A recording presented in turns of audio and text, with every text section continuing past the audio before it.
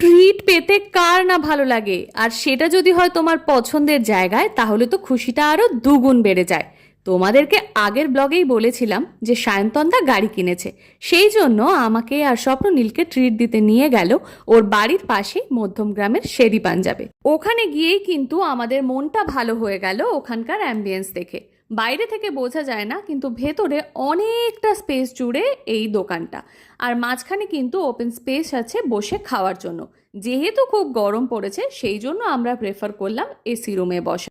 যেহেতু উইকডেজ ছিল, সেই জন্য সেরকম একটা ভিড় ছিল না, না হলে উইকেন্ডে এখানে জায়গা পাওয়া মুশকিল হয়। তো এইবারে আসলো খাওয়ার অর্ডার করার পালা।